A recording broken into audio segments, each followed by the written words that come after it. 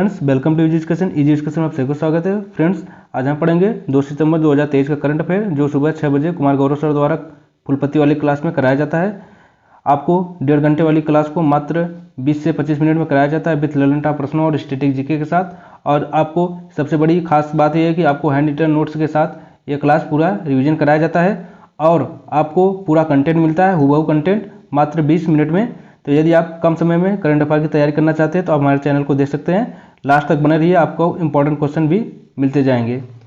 तो आइए हम स्टार्ट करते हैं अपनी क्लास को। तो हमारा पहला सवाल है आज का, हाल ही में ज्यूरिख डायमंड लीग 2023 में नीरज चोपड़ा ने कौन सा पदक जीता है।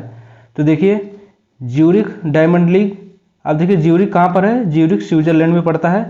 इसमें नीरज चोपड़ा जी ने सिल्वर मेडल यानी रजत पदक जीत लिया है। तो हमारा सही आंसर हो जाएगा ऑप्शन नंबर आपका बी, रजत पदक। तो नीरज जी ने कौन सा पदक जीता है, तो रजत पदक या सिल्वर मेडल जीता है। कितने मीटर में, तो 85.71 मीटर में इन्होंने जीता है। अब पूछा जाए आपका गोल्ड किसने जीता है, तो गोल्ड में जैकब जीते हैं जो चेक गणराज्य के हैं। इन्होंने 85.86 मीटर फेंक कर यह स्पर्धा जीत ली है। तो हमारा सही आंसर हो जाएगा option number B, Neeraj Chopra ji ने रजत पदक जीता है। ठीक है, आगे आते हैं। अब देख लीजिए कुछ महत्वपूर्ण चैंपियनशिप है जो हुई थी, आपसे एग्जाम में पूछ सकता है। विश्व एथलेटिक चैंपियनशिप कहाँ पर हुई थी, तो बुडापेस्ट हंगरी में हुई है। इसमें गोल्ड किसने जीता है, तो नीरज चोपड़ा ने इसमें गोल्ड जीता है। और 88.17 मीटर इन्होंने इसमें भाला फेंका है, तो ये भी याद रखिए। आगे आपसे पूछा जाए दोहा डायमंड लीग, दोहा कतर में है, डायमंड लीग हुआ था, उसमें किसने गोल्ड जीता है, तो ये भी नीरज चोपड़ा जी ने जीत लिया है, इसे भी आप याद रखिए। आगे आते हैं, ललन टॉप प्रश्न देख लेते हैं आज का। विश्व बैडमिंटन चैंपियनशिप कहाँ हुई, तो कोपेनहेगन डेनमार्क में। कहाँ पर हुई, कोपेनहेगन डेनमार्क में। और विश्व शतरंज चैंपियनशिप कहाँ हुई, तो बाकू अजरबैजान में, इसे भी याद रखिए।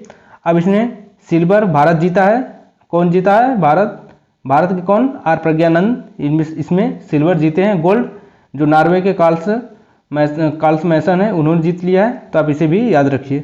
अब देखिए टोक्यो ओलंपिक 2020 में भारत ने कितने पदक जीते, तो 1 2 का 4 आपको याद होना चाहिए। 1 2 का 4 मतलब 1 गोल्ड जीते हैं, वो भी के जीते हैं, नीरज चोपड़ा जी ने जीते हैं। और 2 सिल्वर जीता गया है, किसके द्वारा, रवि दहिया और मीराबाई चानू के द्वारा जीता गया। और 4 ब्रॉन्ज जीते गए हैं, इसे भी याद रखिए। आगे प्रश्न नंबर 2 हमारा है, हाल ही में किस भारतीय को रेमन मैग्सेसे पुरस्कार 2023 से सम्मानित किया गया। ठीक है, तो आपसे पूछा जाए 2023 का रेमन मैग्सेसे अवार्ड किसे दिया गया, तो जो हमारे एक भारतीय हैं डॉक्टर रवि कानन जो एक ऑन्कोलॉजिस्ट, जो कैंसर के इलाज के लिए इन्हें दिया गया है। तो आप इसे याद कर सकते हैं किस भारतीय को दिया गया, तो डॉक्टर रवि कानन को दिया गया है, आप इसे याद रखिए। और साथ ही में 3 लोगों को और मिला है, उन्हें भी हम देखेंगे, लेकिन इससे पहले हम देख लेते हैं जो रेमन मैग्सेसे अवार्ड होता है उसको हम एशिया का नोबेल पुरस्कार भी कहते हैं। तो आप इसे भी समझ लीजिए, एशिया का नोबेल पुरस्कार किसे कहा जाता है, तो रेमन मैग्सेसे अवार्ड को एशिया का नोबेल पुरस्कार कहा जाता है। और ये कहाँ दिया जाता है, तो फिलीपींस, मनीला के फिलीपींस में दिया जाता है। और इसकी स्थापना कब हुई थी, तो 1957 में इसकी स्थापना हुई थी, ये भी याद रख सकते हैं। आगे आते हैं। अब देखिए वे भारतीय हैं जो जिन्हें पहली बार रेमन मैग्सेसे अवार्ड मिला था, तो विनोबा भावे 1958 में इनको मिला था। तो आपसे पूछे कि किस भारतीय को पहली बार रेमन मैग्सेसे अवार्ड दिया गया, तो विनोबा भावे जी को दिया गया 1958 में। अब देखिए उन व्यक्तियों को देख लेते हैं जो 3 लोगों को जो मिला था। तो देखिए कोर्बी रनचंद, यूजेनियो लेमॉस, फिर मिरियम कोरोनेल फेरर, और एक हमारे चौथे जो भारतीय हैं डॉक्टर रवि कन्नन, उनको मिला है ऑन्कोलॉजिस्ट भारतीय की। ठीक है, तो आप याद रख सकते हैं, आपको केवल याद रखना है भारत वाले को, रवि कन्नन जी को मिला है ऑन्कोलॉजिस्ट के लिए। अब देखिए 2019 में पूछा जाए रेमन मैग्सेसे अवार्ड किसे मिला था, तो रवीश कुमार को मिला था, आप भी इसे याद रख सकते हैं। आगे आते हैं, देखिए ललन टॉप देख लेते हैं। एडीबी एशियन डेवलपमेंट बैंक, इसकी स्थापना कब हुई थी, तो इसकी स्थापना 1966 में हुई थी। हेडक्वार्टर मनीला में होता है, फिलीपींस के मनीला में, ये भी याद रखिए। आगे मोस्ट इंपॉर्टेंट क्वेश्चन है, भूदान आंदोलन की शुरुआत किसने की, तो भूदान आंदोलन की शुरुआत विनोबा भावे जी ने की थी, इसे भी याद रखिए। भारत के पहले, अगला है भारत के पहले व्यक्तिगत सत्याग्रही कौन थे? तो ये भी विनोबा भावे ही थे, भारत के पहले व्यक्तिगत सत्याग्रही। आपसे पूछा जाए कि भारत के पहले व्यक्तिगत सत्याग्रही कौन है? तो विनोबा भावे हैं, इसे भी याद रखिए।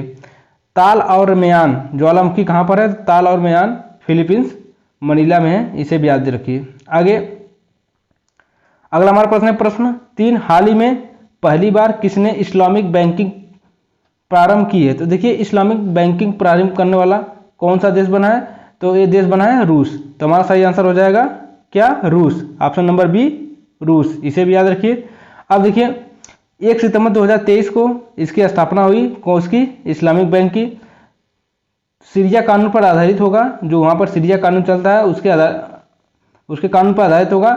इसमें ब्याज वसूली पर प्रतिबंध लगाया गया है, जो सीरिया कानून होता है उसमें ब्याज वसूली पर प्रतिबंध लगाया जाता है, ऐसा माना जाता है।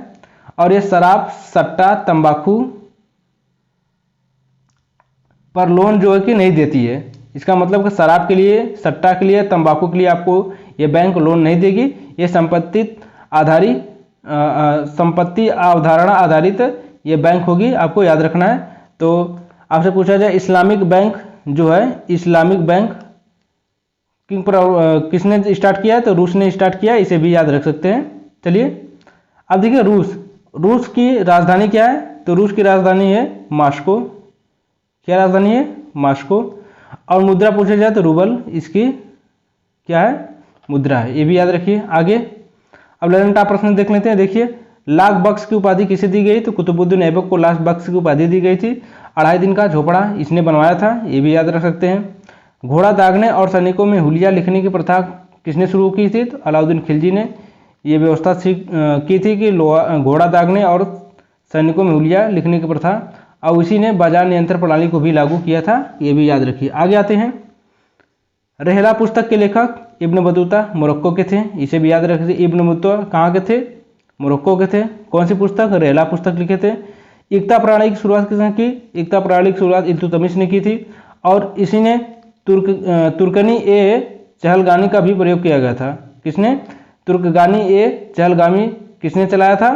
तो इल्तुतमिश ने चलाया था, इसे भी याद रखिए। आगे अल-बरूनी की किताब है, बहुत फेमस किताब है, एग्जाम में पूछा जाता है, किताब उल हिंद अल-बरूनी की किताब है, इसे भी नोट करके रख लीजिए। आगे आते हैं, अगला प्रश्न है प्रश्न नंबर 4, हाल ही में नाइजर के बाद किस अफ्रीकी देश में सेना ने तख्ता पलट किया? देखिए जुलाई 2023 में नाइजर में जो है कि सेना ने तख्ता पलट कर दिया था।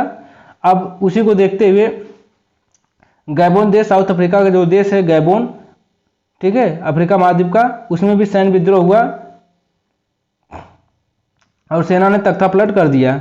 अब पूछा जाए कि गैबोन की राजधानी क्या है? तो लिब्रविले इसकी राजधानी है, तो हमारा सही आंसर हो जाएगा ऑप्शन नंबर डी। हाल ही में कहाँ पर सेना ने तख्ता पलट किया है? तो गैबोन में किया है। अब इसे भी छाप के रखिए, तो हमारा सही ऑप्शन हो जाएगा ऑप्शन नंबर डी, गैबोन। आगे आते हैं, लंटा प्रश्न देख लेते हैं। उगांडा की राजधानी आपसे पूछा जाए, कुछ महत्वपूर्ण अफ्रीका के देश हैं जिसकी राजधानी एग्जाम में पूछी जा सकती है। अगर आप यूपी पेट के लिए देख रहे हैं तो यूपी पेट में एक राजधानी जरूर पूछी जाएगी, आप इसे याद रखिए, ठीक है। युगांडा की राजधानी कंपाला होगी, मोरक्को की राजधानी रबात होगी, नामीबिया की राजधानी बिरहौक होगी, नाइजीरिया की राजधानी अबूजा हो जाएगी, सूडान की राजधानी खार्तूम, इथोपिया की राजधानी अदिस अबाबा, केन्या की राजधानी नैरोबी और दक्षिणी सूडान का जुबा। तो आप इसे याद रख सकते हैं। एक बार और देख लीजिए, युगांडा की राजधानी कंपाला, मोरक्को की राजधानी रबात, नामीबिया के बिरहौक, नाइजीरिया का अम्बुजा, सूडान का खार्तूम, इथोपिया का अदिस अबाबा, केन्या का नैरोबी, दक्षिणी सूडान का जुबा, इसे भी याद रखिए। अब देखिए अगला, तंजानिया दोदोमा, जिम्बाब्वे हरारे, मिस्र काहिरा। देखिए जिम्बाब्वे, अगर जिम में जाएंगे तो कोई हरारे नहीं हरा पाएगा, तो जिम्बाब्वे का राजधानी हरारे, इससे भी याद रख सकते हैं। आगे आते हैं प्रश्न नंबर 5 हमारा है, हाल ही में रेलवे बोर्ड की पहली महिला मुख्य कार्यकारी अधिकारी और अध्यक्ष किसे नियुक्त किया गया? देखिए हाल ही में रेलवे की जो है सीईओ किसे घोषित किया गया? तो सीए घोषित किया गया है। पहली महिला सीईओ कौन बनी? तो ये बन गई हैं जया वर्मा सिन्हा। कौन है? तो जया वर्मा सिन्हा हमारा पहला आंसर हो जाएगा। क्या? Option number A, Jaya Verma Sinha जो है पहली भारतीय महिला हैं जो रेलवे की सीईओ और अध्यक्ष बनी है, ठीक है। आगे आइए, अब देखिए किसके स्थान पर बनी है, किसको रिप्लेस करके? रिप्लेस है अनिल कुमार लोहाटा को रिप्लेस करके बनी है और अगस्त 2024 तक इनका कार्यकाल रहेगा। तो हमारा ऑप्शन नंबर ए सही होगा, जया वर्मा सिन्हा। आगे रेलवे बोर्ड की स्थापना कब हुई? तो रेलवे बोर्ड की स्थापना 1905 में हुई। इसे भी याद रखना है। किसकी सिफारिश पर हुई? तो रॉबर्टसन आयोग बनाया गया था, उसी के सिफारिश पर रेलवे बोर्ड की स्थापना हुई। आगे रेल बजट को आम बजट से अलग करने वाला आयोग कौन सा है? तो एकवर्थ आयोग। कौन है रेल बजट को आम बजट से अलग करने वाला? लेकिन रेल बजट को आम बजट में विलय करने वाला तो विवेक देवराय। देखिए विलय करना, विलय और विवेक दोनों बराबर है, बी वी, तो बी से विलय, बी से विवेक देवराय, इसे भी याद रख सकते हैं। आगे ललन टॉप हम देख लेते हैं। आकाशवाणी और समाचार सेवा प्रभाग की पहचान महानिदेशक कौन है? डॉक्टर वसुधा गुप्ता, इसे भी याद रख सकते हैं। डॉक्टर वसुधा गुप्ता कौन है? आकाशवाणी और समाचार सेवा के प्रधान महानिदेशक। पाकिस्तान में भारतीय उच्चायोग की पहली महिला डी स्फेयर या अस्थायी राजदूत कौन थी? गीतिका श्रीवास्तव थी, इसे भी याद रखिए। आगे पहली महिला मुख्य चुनाव आयुक्त कौन थी? तो रमा देवी, इसे भी याद रख सकते हैं कि पहली महिला मुख्य चुनाव आयुक्त कौन थी? रमा देवी। राष्ट्रीय महिला आयोग की पहली महिला अध्यक्ष जयंती पटनायक, इसे भी याद रखिए। मोस्ट इंपॉर्टेंट क्वेश्चन है, एग्जाम में डायरेक्ट पूछे जाते हैं। अब हाल ही में केंद्र सरकार ने, अगला हमारा 6वां क्वेश्चन, हाल ही में केंद्र सरकार ने एक राष्ट्र एक चुनाव की संभावना तलाशने के लिए किसकी अध्यक्षता में समिति का गठन किया? देखिए one nation one election, one nation one election पर केंद्र सरकार जो है कि ये योजना लाना चाहती है, एक राष्ट्र एक चुनाव। अब इसमें क्या होगा? लोकसभा और राज्यसभा विधान का चुनाव एक साथ किया जाएगा वन नेशन वन चुनाव में। अब देखिए इसको गठित करने वाले कौन? तो पूर्व राष्ट्रपति रामनाथ कोविंद की अध्यक्षता में यह कमेटी गठित की जाएगी, ऐसा कहा गया है। ठीक है, आगे हमारा सही आंसर है इसका option number B, Ramnath Kovind. कौन? रामनाथ कोविंद, इसका हमारा सही आंसर हो जाएगा ऑप्शन नंबर बी। किसकी समिति अध्यक्षता में समिति बनेगी? तो रामनाथ कोविंद की अध्यक्षता में बनेगी, ऐसे ही याद रखिए। आगे भारतीय निर्वाचन आयोग, भारतीय निर्वाचन आयोग क्या करता है? लोकसभा के एमपी और एमएलए का चुनाव करवाती है, सही बात है।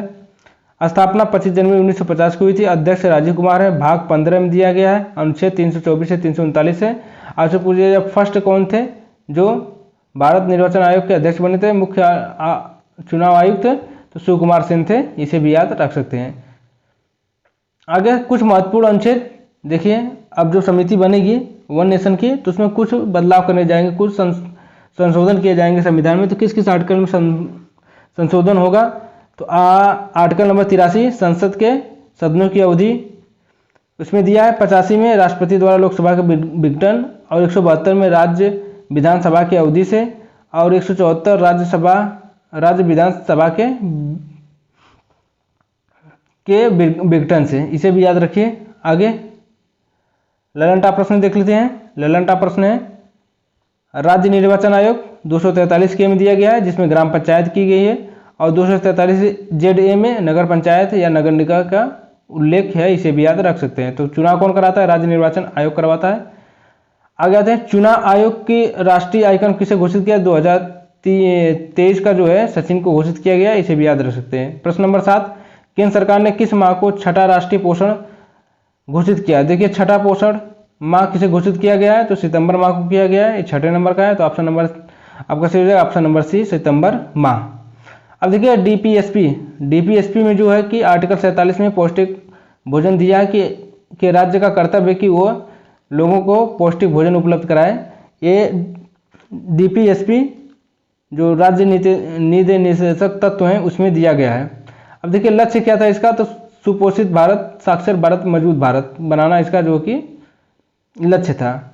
आगे ऑप्शन नंबर ललन टॉप, अंतर्राष्ट्रीय साक्षरता दिवस 8 सितंबर को, राष्ट्रीय हिंदी दिवस 14 सितंबर को, विश्व हिंदी दिवस 10 जनवरी को, और विश्व ओजन 16 सितंबर।